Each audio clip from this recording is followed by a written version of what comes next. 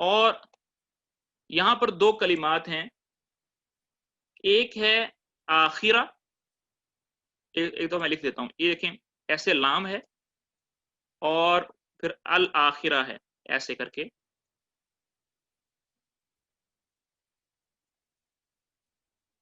آخرہ سے مراد تو آخرت کی زندگی ہے، اور یہ جو لام ہے یہ تاکید کے لیے آتا ہے کہ ضرور، بے شک، تو جب یہ لام کو اس لام کے ساتھ ملا کر پڑھیں گے تو لل آخرہ ہو جائے گا۔ تو اللہ تعالیٰ فرماتے ہیں اور بے شک آخرت خیرن تمہارے لیے، خیرن اچھی ہے، لکا تمہارے لیے، من سے، الاولا، اولا سے مراد جو ہے وہ دنیاوی زندگی ہے، تو اے نبی جی آخرت کی زندگی وہ زیادہ اچھی ہے، زیادہ بہتر ہے آپ کے لیے دنیاوی زندگی سے۔ تو آپ صلی اللہ علیہ وسلم اسی وجہ سے دنیا کے اندر بہت زیادہ زہد اختیار فرماتے تھے، دنیا سے بے رغبتی اختیار فرماتے تھے، اور آپ کی جو رغبت تھی وہ آخرت کی طرف ہوتی تھی۔ بہت ساری احادیث ہیں اس کے اندر۔ تو ایک دفعہ کیا ہوا کہ اس لیے جب آپ صلی اللہ علیہ وسلم کو یہ اختیار دیا گیا کہ آپ دنیا میں رہنا چاہیں تو دنیا میں رہ جائیں، یا ہمارے پاس آنا چاہیں تو ہمارے پاس آ جائیں، تو آپ صلی اللہ علیہ وسلم نے آخرت کو اختیار کیا، دنیا کو اختیار نہیں کیا۔ اسی طرح ایک اور موقع پر جبرائیل علیہ السلام وہ آپ صلی اللہ علیہ وسلم کے پاس تشریف لائے اور کہا کہ اگر آپ کہتے ہیں تو یہ جو مکہ کے پہاڑ ہیں میں اس کو سونے کے پہاڑ بنا دیتا ہوں، اور یہ آپ کے ساتھ ساتھ چلیں گے، جہاں بھی آپ جائیں گے یہ آپ کے ساتھ ساتھ چلیں گے۔ تو آپ صلی اللہ علیہ وسلم نے ان کی اس فرمائش کو قبول نہیں فرمایا اور کہا کہ میں تو یہ چاہتا ہوں کہ ایک دن میں پیٹ بھر کے کھانا کھاؤں، اللہ کا شکر ادا کروں، اور ایک وقت میں بھوکا رہوں اور اللہ صبر کروں۔ اسی طرح ایک دفعہ آپ صلی اللہ علیہ وسلم ایک کھجور کی چٹائی پر لیٹے ہوئے تھے اور بدن مبارک پر کرتا نہیں تھا، تو جو کھجور کی جو چٹائی ہوتی ہے وہ ذرا سخت ہوتی ہے، تو لیٹنے کی وجہ سے اس کھجور کی چٹائی نے آپ صلی اللہ علیہ وسلم کے بدن مبارک پر کچھ اثرات چھوڑ دیے۔ تو جب صحابہ نے دیکھا تو کہا کہ اگر آپ چاہیں تو ہم اس چٹائی کے اوپر کوئی اور چمڑے کی چیز بچھا دیتے ہیں تاکہ یہ نرم ہو جائے۔ تو آپ صلی اللہ علیہ وسلم نے فرمایا کہ مجھے دنیا سے کیا لینا، میرا اور دنیا میں کیا رشتہ رہتا، یعنی کہ مجھے دنیا کی کوئی رغبت نہیں ہے۔ تو اس طرح کی بہت ساری مثالیں ہیں کہ آپ صلی اللہ علیہ وسلم اسی وجہ سے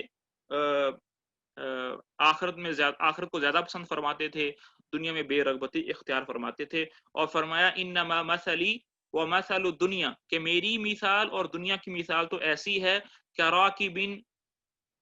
ظل تحت شجرۃ، کہ ایک مسافر ہے وہ کچھ دیر کے لیے ایک درخت کے نیچے آرام کرنے کے لیے لیٹا ہے، ثم راح وترکھا، پھر آرام کرنے کے بعد وہ وہاں سے چلا جائے گا اور اس جگہ کو چھوڑ دے گا۔ اللہ تعالی ہمیں بھی اور آپ کو بھی آخرت کی جو ہے وہ فکر کرنے کی توفیق نصیب فرمائے، دنیا سے بے رغبتی نصیب فرمائے۔ اصل مزہ یہی ہے کہ انسان دنیا کے اندر رہے لیکن دنیا کی طمع، دنیا کا لالچ نہ ہو، آخرت کا شوق ہو، آخرت کی فکر ہو۔ اور فرمایا وَلَسَوْفَ يُعْطِيكَ رَبُّكَ فَتَرْضَى، واو کا مطلب ہوتا ہے اور یہ جو لام آپ کو سوفہ پہ نظر آ رہا ہے، یہ دو کلمات ہیں، ایک لام ہے اور ایک سوفہ ہے، لسوفہ بن جائے گا۔ جو پہلا لام ہے یہ والا، اس کا مطلب ہوتا ہے تاکیدن، سوفہ ان قریب، بے شک ان قریب، یعطی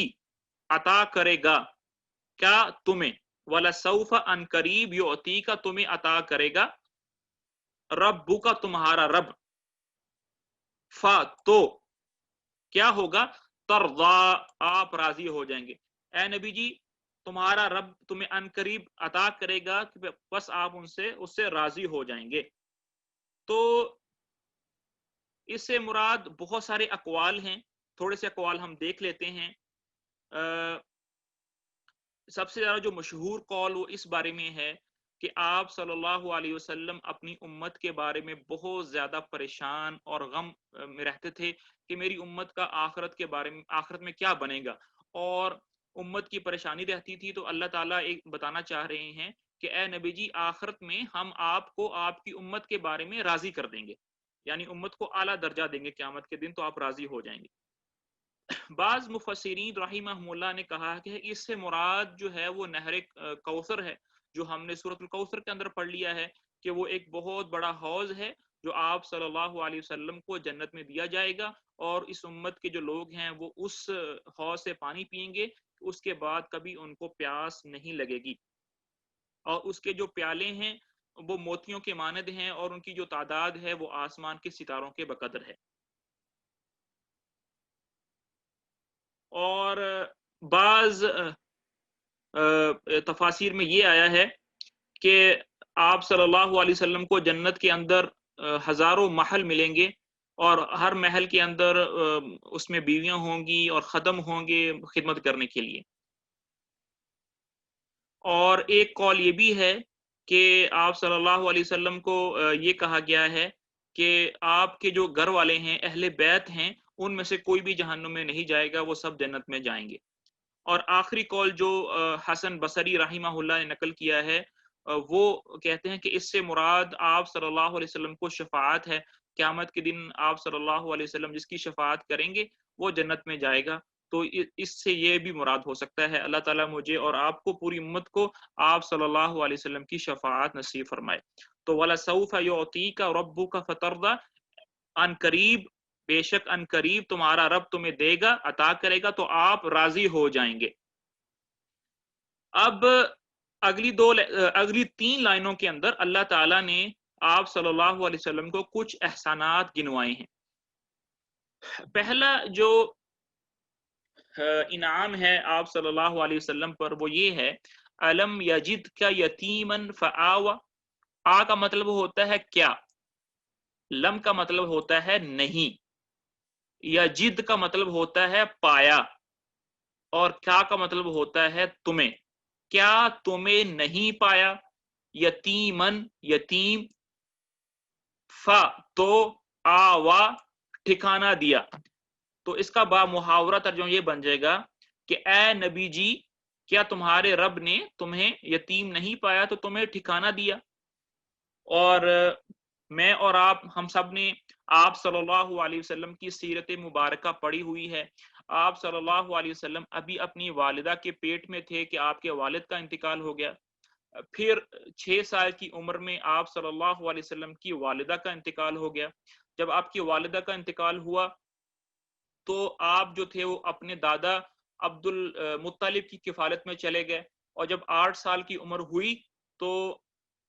آپ کے دادا کا انتقال ہو گیا، اور آپ اپنے چچا ابو طالب کی کفالت میں چلے گئے، اور پھر انہی کی کفالت میں بڑے ہوئے، اور پھر جب وہ دنیا سے انتقال کر گئے تقریباً شاید وہ نبوت کا 7واں یا 8واں سال تھا، کہ جب آپ صلی اللہ علیہ وسلم کے چاچا ابو طالب اور آپ کی جو اہلیہ تھی حضرت خدیجہ رضی اللہ تعالیٰ عنہ، دونوں کا ایک ہی سال انتقال ہوا،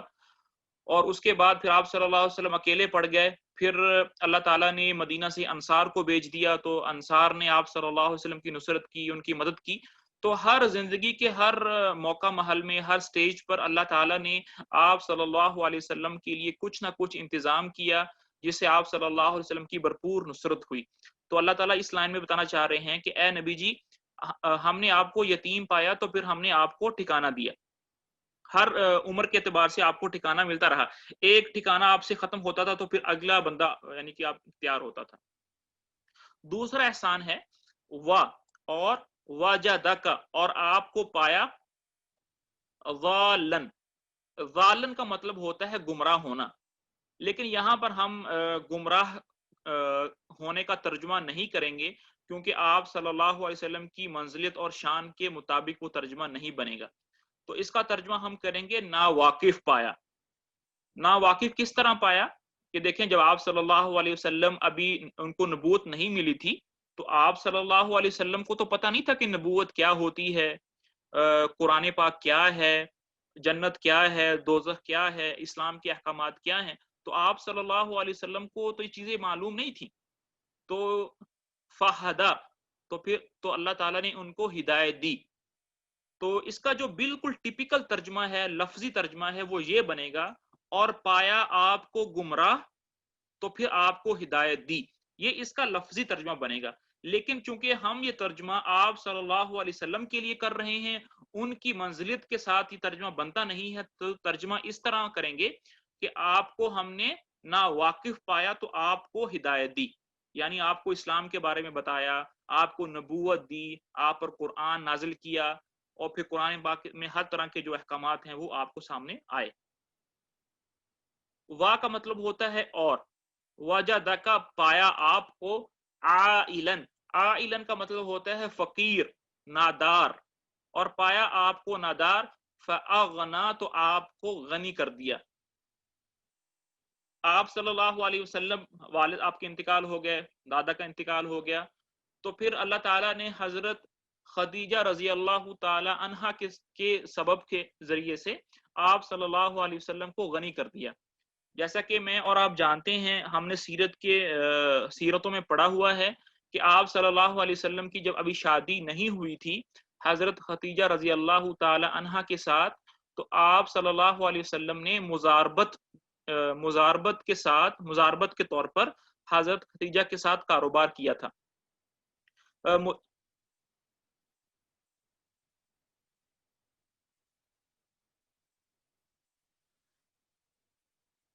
مجھے لگتا ہے آج آواز جو ہے نا وہ صحیح نہیں جا رہی، کافی ایشو بن رہا ہے۔ حضرت خدیجہ رضی اللہ تعالی عنہا جو تھیں وہ ایک مالدار گھرانے سے تھیں، اور اپنے تجارت کا جو سامان تھا وہ قافلوں کے اندر دوسرے ملکوں کے دوسروں شہروں کے اندر بھیجا کرتی تھی۔ تو آپ صلی اللہ علیہ وسلم ان کے اس کاروبار کے اندر شریک ہو گئے مزاربت کے طور پر۔ مزاربت جو ہے وہ ایک ٹرم ہے اسلامک فائنانس کی، اس کا مطلب یہ ہوتا ہے کہ ایفرٹ ایک بندہ لگاتا ہے اور انویسٹمنٹ جو ہے وہ دوسرا بندہ کرتا ہے، اور منافع جو ہے دونوں کے درمیان ایک خاص ریشو کے ساتھ جو ہے وہ ڈیوائیڈ ہوتا ہے۔ تو آپ صلی اللہ علیہ وسلم اپنی ایفرٹ پٹ کرتے تھے، وہ قافلہ لے کر جاتے تھے، وہاں جا کر بیچتے تھے، واپس آتے تھے، اور جو مال تجارت ہوتا تھا وہ حضرت خدیجہ رضی اللہ تعالی عنہا کا ہوتا تھا، اور پھر جو منافع تھا وہ آپس میں ڈیوائیڈ کرتے تھے ایک خاص ریشو جو بھی ہوتی ہے اس کے ساتھ۔ تو اللہ تعالیٰ نے آپ صلی اللہ علیہ وسلم کو غنی کر دیا اس تجارت کی وجہ سے۔ پھر آپ صلی اللہ علیہ وسلم جو تھے وہ مدینہ چلے گئے، اور مختلف غزوات ہوئے، اس میں مال غنیمت حاصل ہوا، فتح مکہ ہوا، یہاں تک کہ مسلمانوں کا جو فقر تھا وہ دور ہو گیا۔ اس طرح اللہ تعالیٰ نے آپ صلی اللہ علیہ وسلم کے اس فقر کو دور کر دیا۔ ابھی یہ تین احسانات گنوانے کے بعد اللہ تعالیٰ جو ہیں وہ تین ارشادات فرما رہے ہیں۔ پہلا ارشاد کیا ہے؟ فَأَمَّا، فَأَمَّا کا ہم نے ترجمہ کیا تھا رہی بات یتیم کی، اے نبی جی رہی بات یتیم کی، فلا تو نہ تقہر، اسے ڈانٹو، اسے جھڑکو۔ تو اس کا باب محاورہ ترجمہ بن جائے گا رہی بات یتیم کی تو اے نبی جی اس یتیم کو مت جھڑکیے، کیونکہ آپ صلی اللہ علیہ وسلم نے خود یتیمی دیکھی تھی، اور آپ یتیم ہونے کا جو ایک غم ہوتا ہے، ایک مصیبت پریشانی ہوتی ہے، اس کو اچھی طریقے سے جانتے تھے۔ تو یہاں پر ارشادات فرمایا جا رہا ہے کہ یتیم کو جھڑکو نہیں، بلکہ اس کو پیار سے، اس کا شفقت کے ساتھ اس کا معاملہ فرمائیے۔ وَأَمَّا السَّائِلَ، وَأَمَّا اور رہی بات السائل، سائل جو ہے وہ ہوتا ہے پوچھنے والا، مانگنے والا۔ تو یہاں پر سائل کے دو مطلب ہو جائیں گے۔ پہلا مطلب سائل کا کوئی دنیاوی چیز مانگنا، روپے پیسہ، لباس، کھانا، جو بھی چیز ہو وہ، یا اس سے مراد آپ سے کوئی علمی چیز پوچھنے کے لیے آیا ہے، آپ سے کوئی کوشچن پوچھنے آیا ہے، آپ سے کوئی معلومات لینے کے لیے آیا ہے، دونوں ہی بندے اس میں شامل ہیں۔ تو اے نبی جی رہی بات مانگنے والے کی، پوچھنے والے کی، فلا تنہر تو اس کو بھی مت جھڑکیے، بلکہ تسلی کے ساتھ پیار سے اس کی بات کو سنیے۔ وَأَمَّا اور رہی بات بِنِعْمَتِ رَبِّكَ تمہارے رب کی نعمت جو آپ کے اوپر ہوئی ہے، فَحَدِّثْ اس کو بیان کیجئے، اس کو بیان کیجئے۔ یعنی کہ اس کے اندر بھی بہت سارے مطلب ہیں اس کے اندر، تو وہ بھی ہم دیکھ لیتے ہیں۔ سب سے پہلے جو اس کا اندر مطلب ہے وہ یہ ہے جو عام مطلب ہے کہ وہ یہ ہے کہ اے نبی جی آپ کو کوئی بھی خیر پہنچے دنیاوی اعتبار سے یا دینی اعتبار سے اس کو آگے لوگوں کو بتائیے، تحدیث بن نعمہ کے طور پر اپنے رب کی نعمت کا لوگوں کو بتائیے، یہ اس کا عام مطلب بنتا ہے۔ اب اس خیر کے اندر قرآن پاک بھی شامل ہے کہ اے نبی جی یہ قرآن اللہ کی نعمت ہم نے دی ہے، اس کو آگے لوگوں کو بتائیے۔ اسی خیر کے اندر نبوت بھی آ جاتی ہے کہ اے نبی جی ہم نے آپ کو نبوت دی ہے تو اس کا جو ہے لوگوں کے سامنے اظہار کیجیے، اور باقی ساری چیزیں جو ہیں اس کے اندر آ جاتی ہیں۔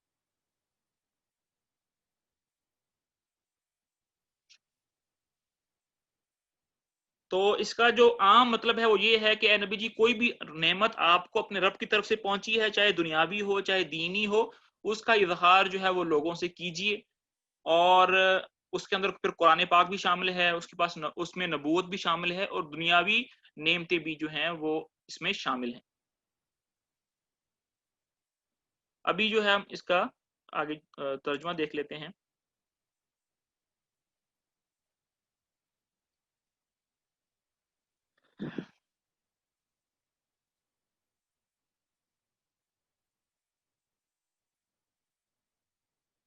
شروع اللہ کے نام سے جو سب پر مہربان ہے، بہت مہربان ہے۔ اے پیغمبر قسم ہے چڑھتے دن کی روشنی کی اور رات کی جب اس کا اندھیرا بیٹھ جائے سے مراد یہ کہ وہ ٹک جائے نا، بالکل یعنی پتہ چل جائے ابھی رات ہو گئی ہے، کہ تمہارے پروردگار نے نہ تمہیں چھوڑا ہے اور نہ ناراض ہوا ہے، اور یقیناً آگے آنے والے حالات تمہارے لیے پہلے حالات سے بہتر ہیں۔ یہاں پر مفتی صاحب نے بالکل لفظی ترجمہ کیا ہے، آگے جو آنے والی چیز ہے وہ آخرت ہے، اور پہلی جو چیز ہے وہ دنیاوی چیزیں ہیں، اور یقین جانو کہ عنقریب تمہارا پروردگار تمہیں اتنا دے گا کہ تم خوش ہو جاؤ گے۔ کیا اس نے تمہیں یتیم نہیں پایا تھا پھر تمہیں ٹھکانہ دیا، اور تمہیں راستے سے نا واقف پایا تو راستہ دکھایا۔ یہ بہت ہی خوبصورت ترجمہ ہے، نبوت کی منزلت کے بالکل لائق ہے۔ اور تمہیں راستے سے نا واقف پایا تو راستہ دکھایا، اور تمہیں نادار پایا تو غنی کر دیا۔ اب جو یتیم ہے تم اس پر سختی مت کرنا، اور جو سوال کرنے والا ہو اسے جھڑکنا نہیں، اور جو تمہارے پروردگار کی نعمت ہے اس کا تذکرہ کرتے رہنا۔ یہاں پر حاشی میں جو اس کا سورت کی شان نزول ہے اس کے بارے میں لکھا ہے کہ نبوت کے بعد شروع میں کچھ دن ایسے گزرے جس میں حضور اقدس صلی اللہ علیہ وسلم کے پاس کوئی وحی نہیں آئی۔ اس پر ابو لہب کی بیوی نے طعنہ دیا کہ تمہارے پروردگار نے ناراض ہو کر تمہیں چھوڑ دیا ہے۔ اس پر یہ سورت نازل ہوئی تھی۔ ضحیٰ عربی میں دن چڑھنے کے وقت جو روشنی ہوتی ہے اس کو کہتے ہیں۔ اللہ تعالیٰ نے پہلی آیت میں اس کی قسم کھائی ہے، اس لیے اس سورت کا نام الضحیٰ ہے، اور چڑھتے دن اور اندھیری رات کی قسم کھانے سے غالباً اس طرف اشارہ ہے کہ رات کو جب اندھیرا ہو جاتا ہے تو اس کا مطلب یہ نہیں ہوتا کہ اب دن کی روشنی آئے گی نہیں۔ اسی طرح اگر کسی مصلحت کی وجہ سے وہی کچھ دن نہیں آئی تو اس سے یہ نتیجہ نکالنا کسی طرح درست نہیں کہ معاذ اللہ اللہ تعالیٰ آپ صلی اللہ علیہ وسلم سے ناراض ہو گئے ہیں۔ دوسرا نمبر پہ جو حاشیہ ہے، آگے آنے والے حالات سے مراد آخرت کی نعمتیں بھی ہو سکتی ہیں اور پہلے حالات سے دنیا،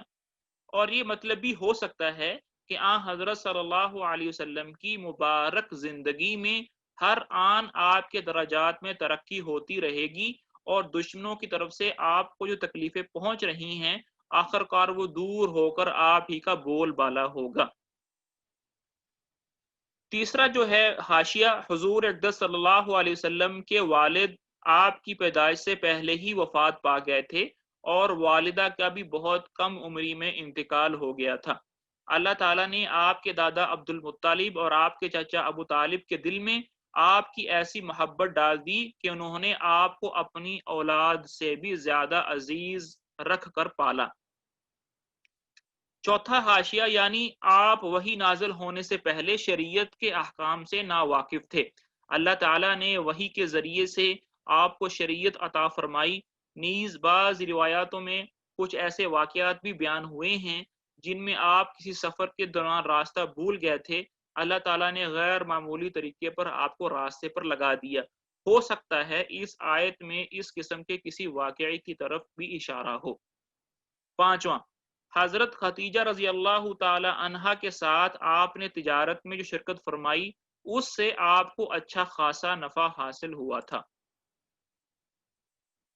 سب سے جو آخری ہے، سوال کرنے سے مراد وہ شخص بھی ہو سکتا ہے جو مالی مدد چاہتا ہو، اور وہ بھی جو حق طلبی کے ساتھ دین کے بارے میں کوئی سوال کرنا چاہتا ہو، دونوں کو جھڑکنے سے منع کیا ہے۔ اگر کوئی عذر ہو تو نرمی سے معذرت کر لینی چاہیے۔